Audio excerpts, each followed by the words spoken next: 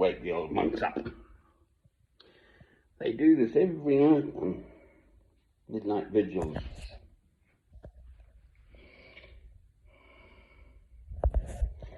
And 2 hours worth. This is only 53 minutes, for heaven's sake.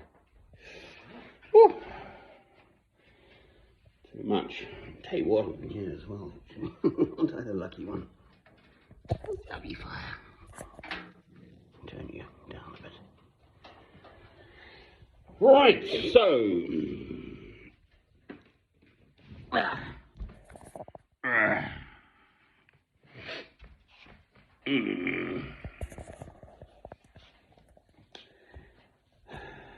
I was completely wrong about John Donne's dates. Got it a century late. I think it was 1572 to 1631 or something he lived. And he was Dean of St. Paul's, but at the end of his life, so he would have written that poem, No Man is an Island entire of itself, and so on.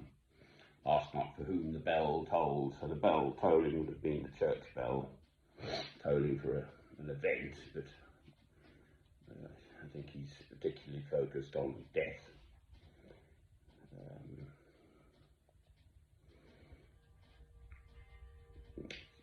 Oh, here we go. This, on the other hand, is life. Tolling the bell to tell people. People didn't have watches, obviously, in medieval times and so on in England, so the town would have a bell tolled to tell the hours, and they every quarter or something, every 3 hours. How's that a quarter? Quarter of 12, I suppose.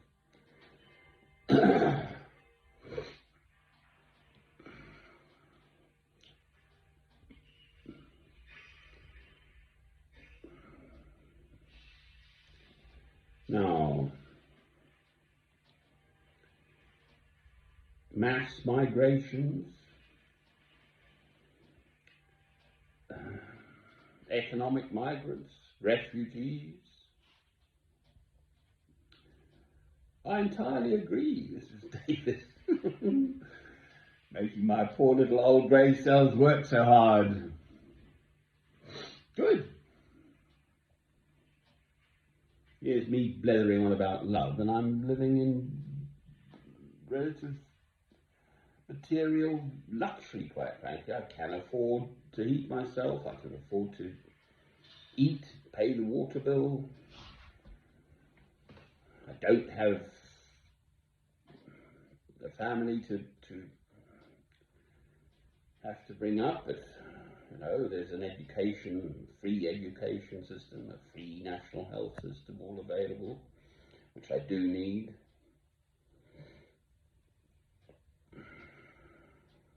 Yes, there are considerable benefits throughout. Well, we used to be part of Europe. Britain and I looked it up, the Schengen area came in 1995, Schengen countries, so no passport controls for those living within 26 countries. I've just looked it up. Indeed. And that's exactly why these people come. Italy, being traditionally Roman Catholic and sort of stronger religious reasons for caring for people somehow, and their physical location bears the brunt of this. They come across, I think, from Libya. And we've made Libya into a basket case by taking out Gaddafi. I think there are two main factions, aren't there, East and West, and they're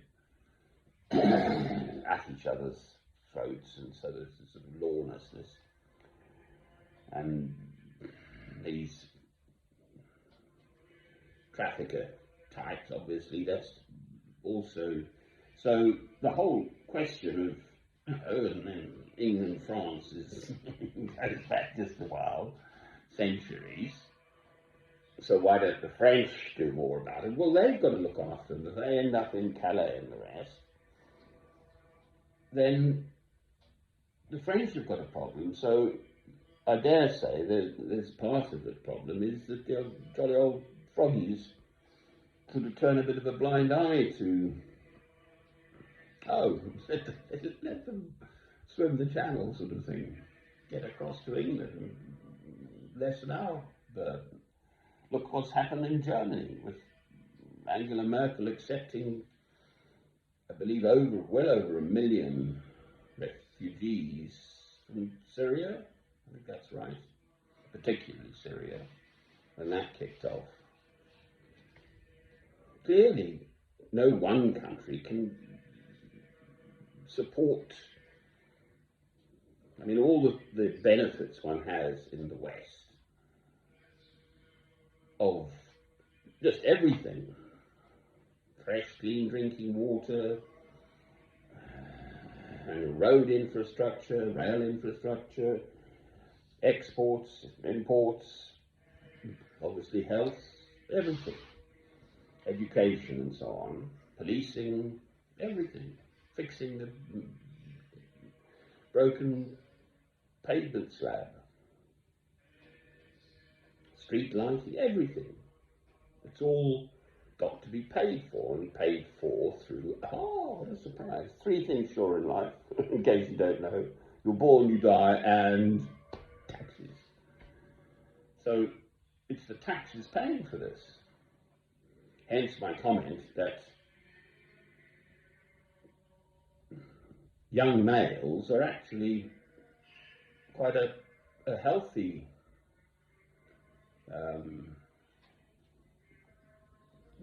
to receive young males, because potentially then they're going to enhance the economy by working.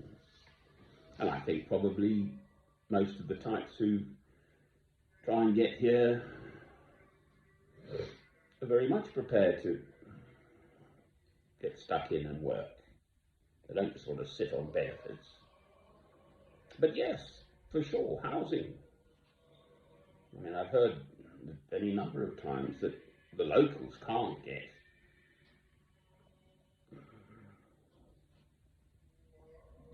housing, whereas the asylum seeker just gets the green light all the way through.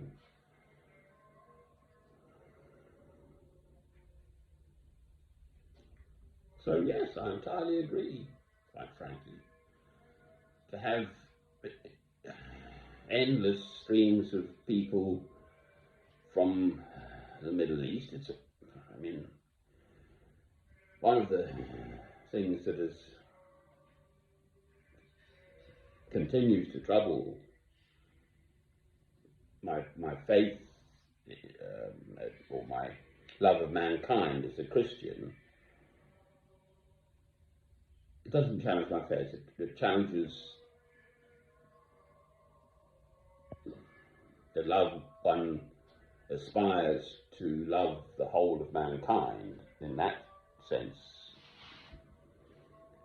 that all the Ukraine-Russia situation has completely driven off the agenda. There's a little snippet. Afghanistan, they just had one sect of Muslims blew up a mosque or something, and it's a byline.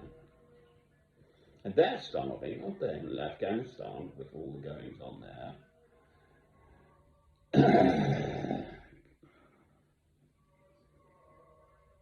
But Syria, before this Ukraine-Russia crisis, Syria was still in the news. It's still going on. I'd heard of 1 million plus people sort of bottled up in Idlib province. I should look it up again, what the current situation is. Northwest corner of Syria. But that's an ongoing situation. There's definitely trouble in Ethiopia, or the Horn of Africa with that. Tigray and so on.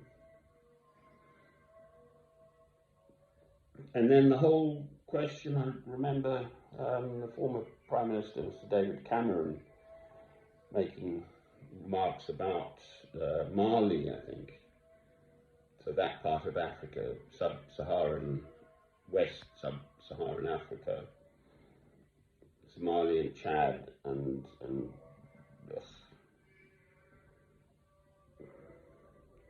there's warring stuff going on there, which then produces a knock-on effect. This Russia-Ukraine situation, some figure was 37% of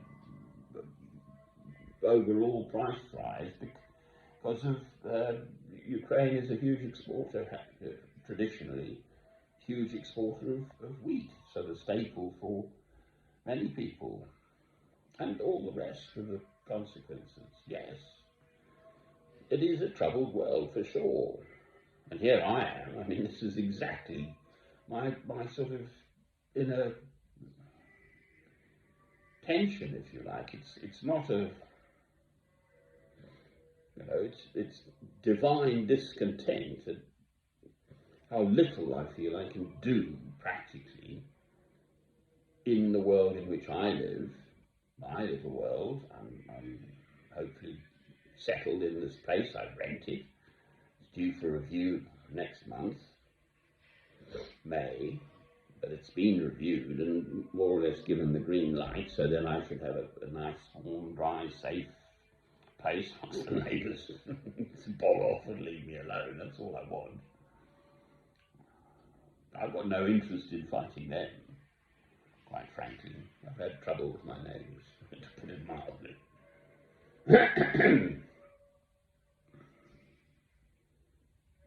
I'm fine with other people. Let them get on with their lives, whatever way they see fit, but don't come and tread on my toes.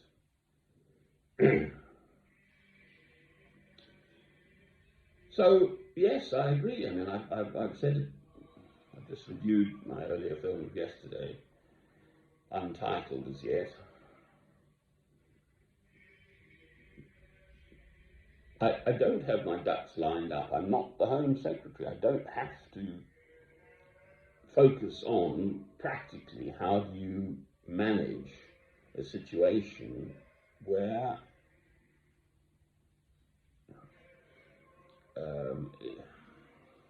indefinite, large numbers of people are sneaking into the country, basically. They're not being processed through due process through an immigration system, which I dare say is under pressure in itself because of COVID and all the rest of it. So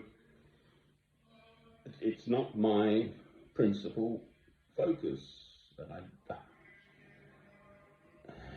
I'm aware, for instance, as I've just mentioned, that there'll be an English-French difficulty over this because of the history going back centuries between our countries.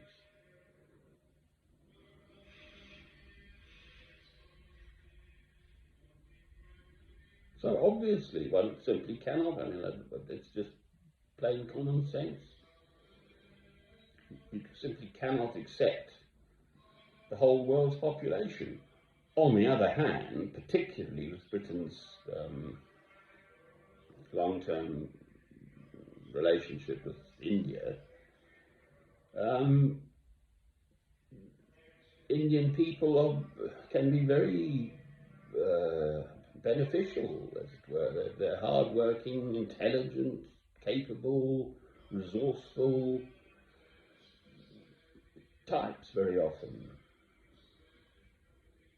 But on the other hand, you simply couldn't accept something. They had to deal with this. I'm sure I'm right that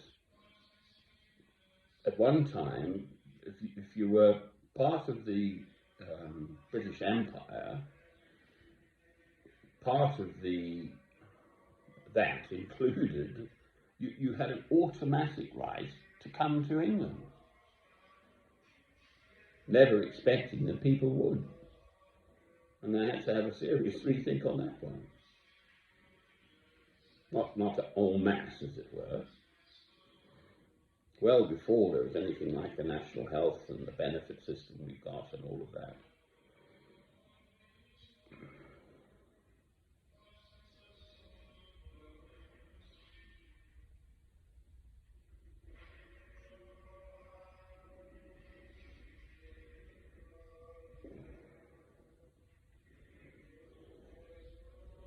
And a loving Christian response remains,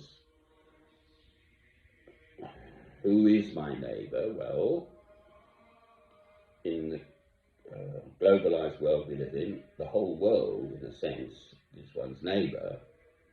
And if your neighbour is in difficulty, then the loving response is to help them practically. And the story also remains that, if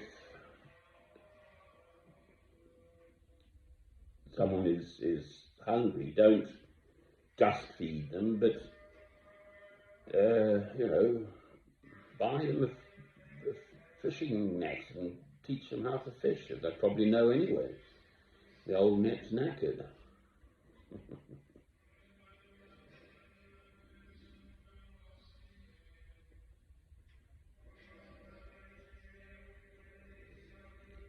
The disproportionate level of material well-being enjoyed by the West relative to much of the rest of the world is a real fact. And then one's into these big companies not paying their full taxes. They do it all with clever accounting and offshore companies and all the rest of it.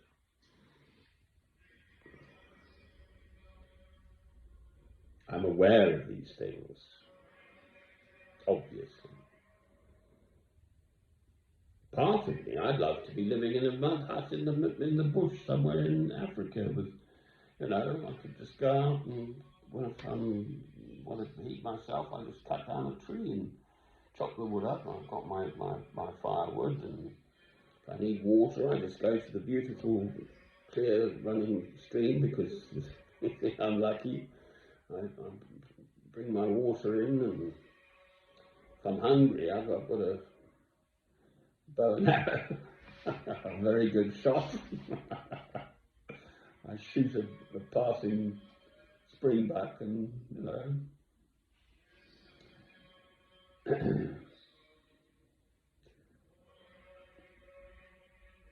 I was watching one of old Keith Floyd's films. He really is unique and just brilliant in what he does. And he was in Africa. And there's something called putu. You make it out of mealie maize. And it's called a poike pot, Poike. It's a three-legged pot with a handle, but it's an iron pot. I actually had one about the size of a big outside football. But the real point is human-sized. So you chuck your opponent in, bung in some vegetables, and light a big fire underneath, you see. But this pointy pot was about as big as can't think of an object easily. As big as that chair, actually, the base of that chair. So a big pot, and it's usually the women who do the work, I'm afraid, which is another whole issue, with a great big staff, bigger than my staff here, wumping this putu, mealie meal, which is a staple diet. So, I mean, I've been there. I've lived in small. Well, I had a beautiful Land Rover, actually, I'm afraid. pass through rural South African communities, and in one sense they have a lovely life. They're poor and all the little children running around in bare feet and so on, but I mean the amazing thing with little black ones in those circumstances, they're so happy. They make little toys with little bits of wire and stuff, and they've got their relatives around them. They've got Granny over there, and they're just so, their spirits are just so sort of happy in the right circumstances, and materially they've got nothing. So then one's on to the situation of us in the West, who have overall material plenty, but spiritual,